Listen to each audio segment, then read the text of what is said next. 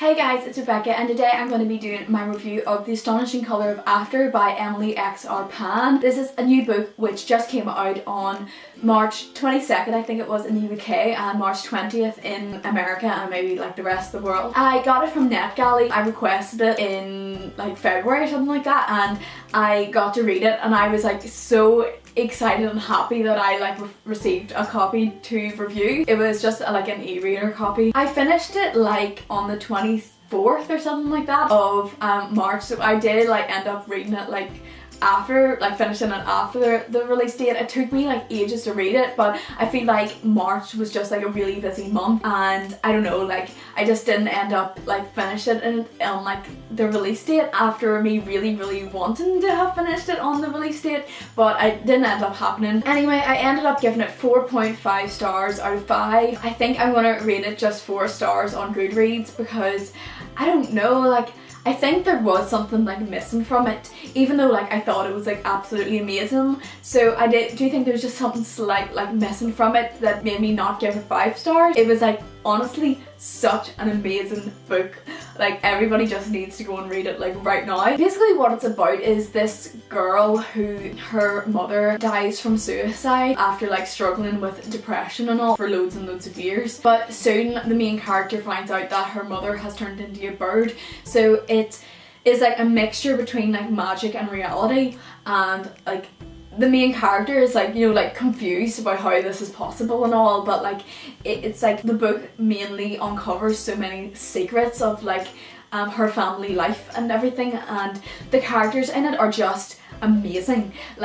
It wouldn't be the kind of thing that I would usually read. I was watching Emma Books in her March book haul. She was talking about it and she was saying how it's not the kind of thing that she would usually read, but she's seen so many good reviews on it, and genuinely it is amazing. It's not anything like what I would usually read, but I absolutely loved it.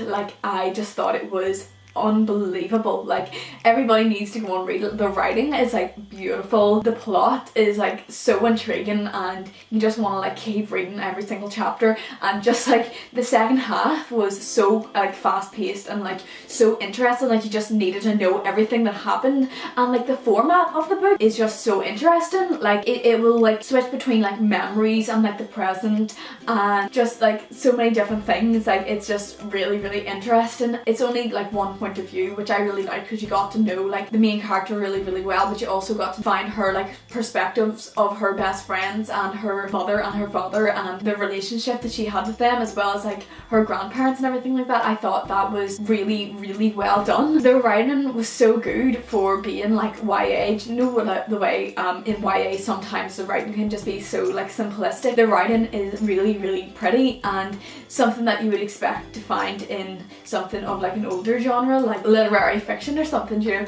It's honestly so good. Obviously there's trigger warnings for suicide and depression and general mental health issues, but I think it's really well dealt, it's dealt with in a really realistic way. Obviously not realistic, because people don't turn into birds, but that was dealt with in a really beautiful way, I think, and almost portrayed in a way that you think that could really happen, because it's explained religiously. It's explained why this has happened, so it's almost it's not magical, it's almost the mixture between spiritual and real life, almost. I got the kind of vibe from that, and I thought that was really interesting and just so well done. Honestly, it's just so good. I loved every single one of the characters, and I would genuinely reread it. I think it was that good that you kind of want to go back and you can see everything happening as it goes along before you get all of the puzzle coming together. I think everything turns out explained, you're not left wondering why did that happen, or you never got to find out something. Everything is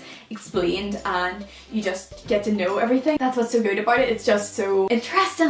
It's just something that I've never read before, and the author herself, Emily X.R. Pan, she's such a nice person. You can just tell she literally replied to every single person who tweeted her on the release day of the book of The Astonishing Colour of After, and she would reply to me a couple of times, because I was trying to tweet about it and trying to make people read it, because I was halfway through on the day that it came out, and I was just everybody needs to read it at this point, never mind the fact that the second half was even better. So halfway through I already knew how good that the book was going to be. Like I had no doubt that the second half was going to be as good, or what turned out to be even better than the first half. So it's just such an amazing, interesting book, and I would just highly recommend for everybody to go and read it. Right now, the plot, the characters, the writing, my general enjoyment of it was like it was just so engaging, and it was just brilliantly crafted. Like it was so well written, so well done. Everybody just needs to go and read it. It's amazing. And as well, do you ever get that way whenever there's like topics like that in the book, you can kind of leave it feeling like really heavy, and like things like that can be really, really sad. I didn't leave it feeling like really heavy and down. Like I felt happy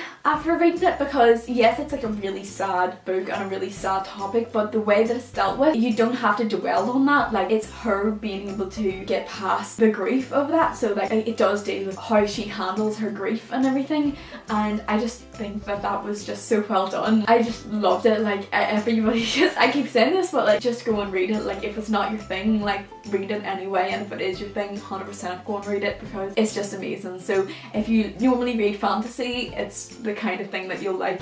If you normally read contemporary, it's the kind of thing that you'll like, because it's like a mixture of the two together, and that's just what makes it so perfect and amazing. It's just so cool. So that's all for this video. Thank you so much for watching. If you did like this video, then please like and subscribe. I would really appreciate it, because it's just so exciting and it makes me so happy whenever I see that I get new subscribers, or especially comments. They're like always my favourite. If you would like to follow me on other social medias, I have Twitter where I'm Rebecca_books, and on Instagram where I'm RebeccaBooksX. I think I might be changing my channel name actually to Rebecca Books, because I'm thinking of having a more personal channel as well, so making a second channel where I'll call myself Rebecca Peak there, because I wouldn't know what else to call a second channel, but I know that I'd be able to call this Rebecca Books. So hopefully, like whenever I do change it, people aren't like, who is that? But it's still me. If you see like Rebecca Books coming up in your subscriptions, like that's me. But you'll see my face anyway come up, so it'll be pretty obvious. But anyway, thank you so much for watching, and I'll see you in the next video.